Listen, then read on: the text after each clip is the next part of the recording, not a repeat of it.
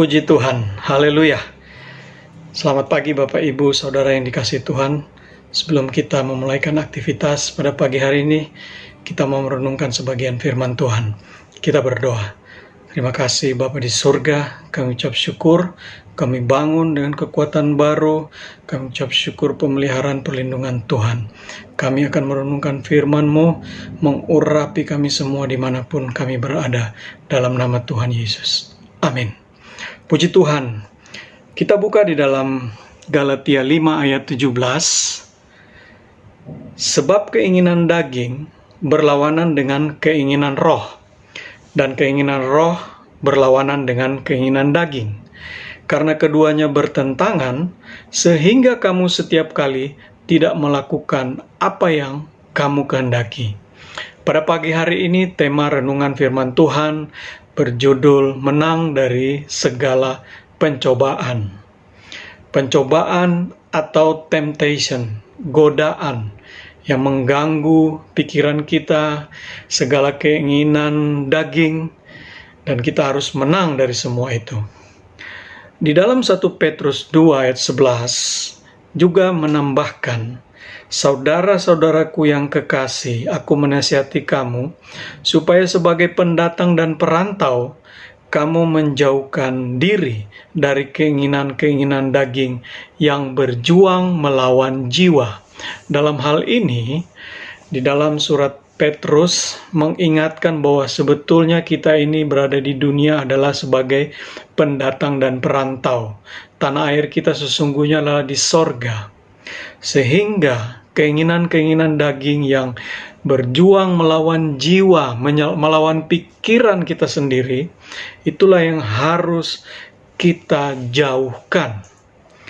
Saya ingin kita melihat bagaimana kisah Abram dan Lot, bagaimana kisah seorang paman dan seorang keponakan sama-sama dipanggil Tuhan keluar dari tanah Ur Kasdim. Mereka diberkati, tetapi kita melihat bagaimana respons mereka ketika ada permasalahan.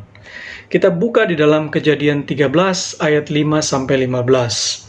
Juga Lot yang ikut bersama-sama dengan Abram mempunyai domba dan lembu dan kemah. Tetapi negeri itu tidak cukup luas bagi mereka untuk diam bersama-sama, sebab harta milik mereka amat banyak, sehingga mereka tidak dapat diam bersama-sama. Karena itu terjadilah perkelahian antara para gembala Abram dan para gembala Lot. Waktu itu orang Kanaan dan orang Feris diam di negeri itu. Maka berkatalah Abram kepada Lot, janganlah kiranya ada perkelahian antara aku dan engkau, dan antara para gembalaku dan para gembalamu, sebab kita ini kerabat. Bukankah seluruh negeri ini terbuka untuk engkau? Baiklah, pisahkan dirimu daripadaku. Jika engkau ke kiri, maka aku ke kanan. Jika engkau ke kanan, maka aku ke kiri. Jadi, mereka memiliki persoalan setelah mereka diberkati. Mereka sama-sama memiliki kambing domba yang lembu dan yang sangat banyak.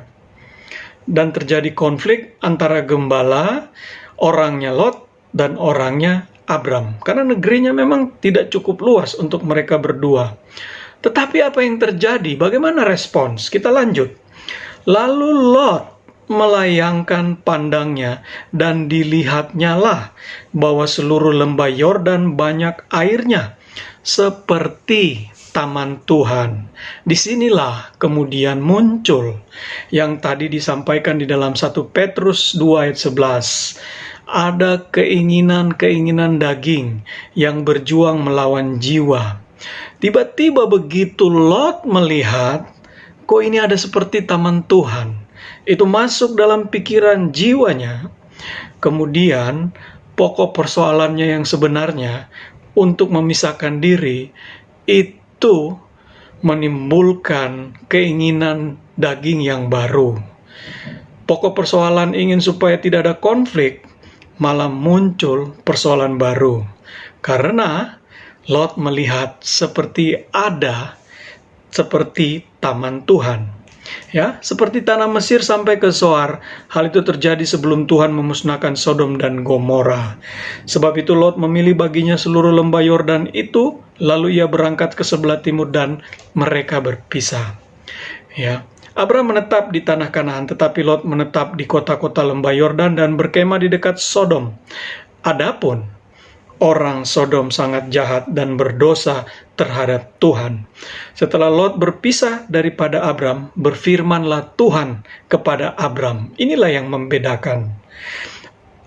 Pandanglah sekelilingmu dan lihatlah dari tempat engkau berdiri itu, ke timur dan barat, utara dan selatan. Sebab seluruh negeri yang kau lihat itu akan kuberikan kepadamu dan kepada keturunanmu untuk selama-lamanya.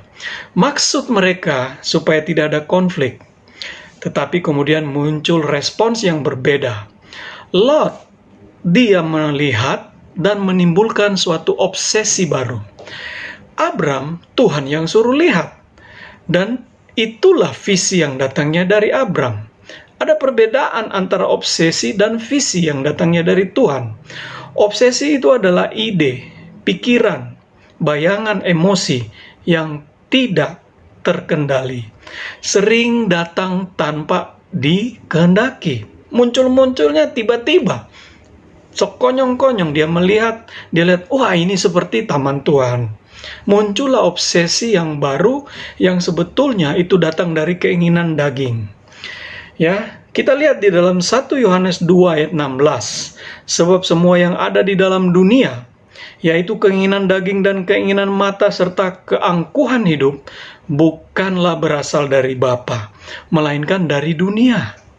Jadi Lot itu tergoda sendiri, apa yang dia lihat, muncul obsesi, itulah yang datang dari dunia. Berbeda dengan Abram, Tuhan yang suruh lihat, dan Tuhan yang kasih visi itu di dalam hati Abram. Yang membedakan visi dengan obsesi. Obsesi itu tadi di dalam 1 Yohanes 2 ayat 16, itu bukan berasal dari Bapa, melainkan dari dunia. Kalau visi yang datangnya dari Allah, itu akan menimbulkan suatu semangat baru, tanggung jawab, passion, beban, dan sebagainya. Makanya Bapak Ibu, Saudara yang dikasihi oleh Tuhan kita, Yesus Kristus, Roma 12 ayat 2-3 mengingatkan, janganlah kamu menjadi serupa dengan dunia ini, tetapi berubahlah oleh pembaharuan budimu, sehingga kamu dapat membedakan manakah kehendak Allah, apa yang baik, yang berkenan kepada Allah, dan yang sempurna. Berdasarkan kasih karunia yang dianugerahkan kepadaku, aku berkata kepada setiap orang di antara kamu, janganlah kamu memikirkan hal-hal yang lebih tinggi daripada yang patut kamu pikirkan. Itulah obsesi, keinginan daging. Tetapi hendaklah berpikir begitu rupa sehingga kamu menguasai diri menurut ukuran iman yang dikaruniakan Allah kepada kamu masing-masing. Puji Tuhan, firman Tuhan boleh mengingatkan kita bahwa sebetulnya keinginan-keinginan daging itu muncul dari obsesi kita sendiri, dan itu bukan berasal dari Bapa, dan tidak mungkin, bukan hal yang tidak mungkin. Iblis mencoba menawarkan hal-hal seperti itu, sebagaimana iblis mencoba Tuhan Yesus sendiri. Segala keinginan mata, keinginan daging, keangkuhan hidup, itulah yang ditawarkan, berbeda dengan apa yang Allah tawarkan. Kita bersyukur firman Tuhan boleh mengingatkan kita, dan biarlah ini menjadi kekuatan dalam kehidupan kita. Apapun yang kita kerjakan, apapun yang menjadi tugas pekerjaan kita, dimanapun kita berada, kita ingat bahwa kita menginginkan keinginan-keinginan yang datangnya dari Allah. Kita berdoa. Puji Tuhan, kami bersyukur sudah diingatkan oleh kebenaran firman-Mu. Biarlah ini Tuhan selalu diingatkan dalam kehidupan kami. Biar Roh Kudus bekerja dalam hati kami, mengingatkan akan firman Tuhan, supaya kami selalu menundukkan segala pikiran hati kami ke dalam tangan Tuhan. Biarlah kami memiliki keinginan-keinginan yang datangnya dari Allah. Terpujilah nama Tuhan. Kami mengucap syukur dalam nama Tuhan Yesus Kristus. Amin. Puji Tuhan. Tuhan Yesus memberkati. Di dalam Kristus ada kedamaian. Kedamaian yang sejati memberikan ketenangan di dalam jiwa kita. Haleluya. Lingkupiku Tuhan. Di bawah sayap-Mu kami aman, kami tenang. Terima kasih Tuhan.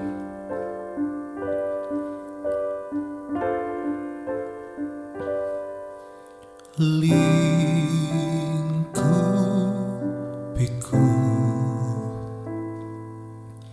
dengan sayap-Mu, naungiku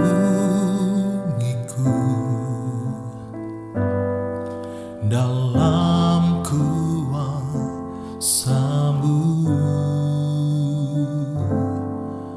Jiwaku tenang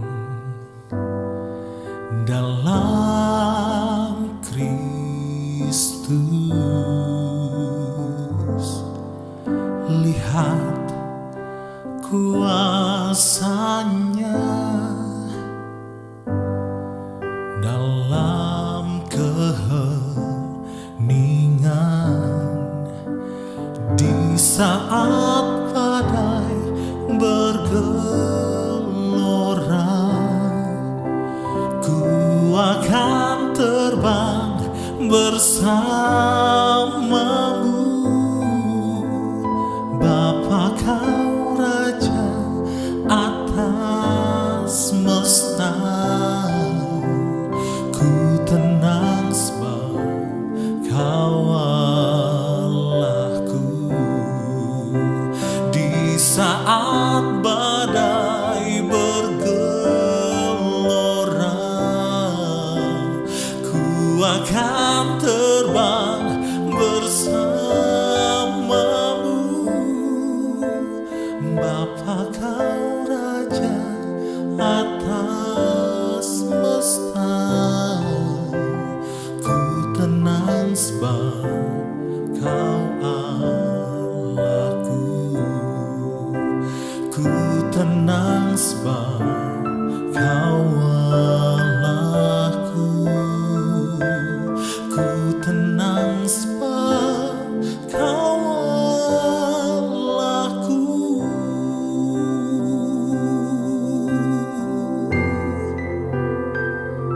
Haleluya. Puji Tuhan. Tuhan Yesus menyertai kita semua. Selamat beraktivitas.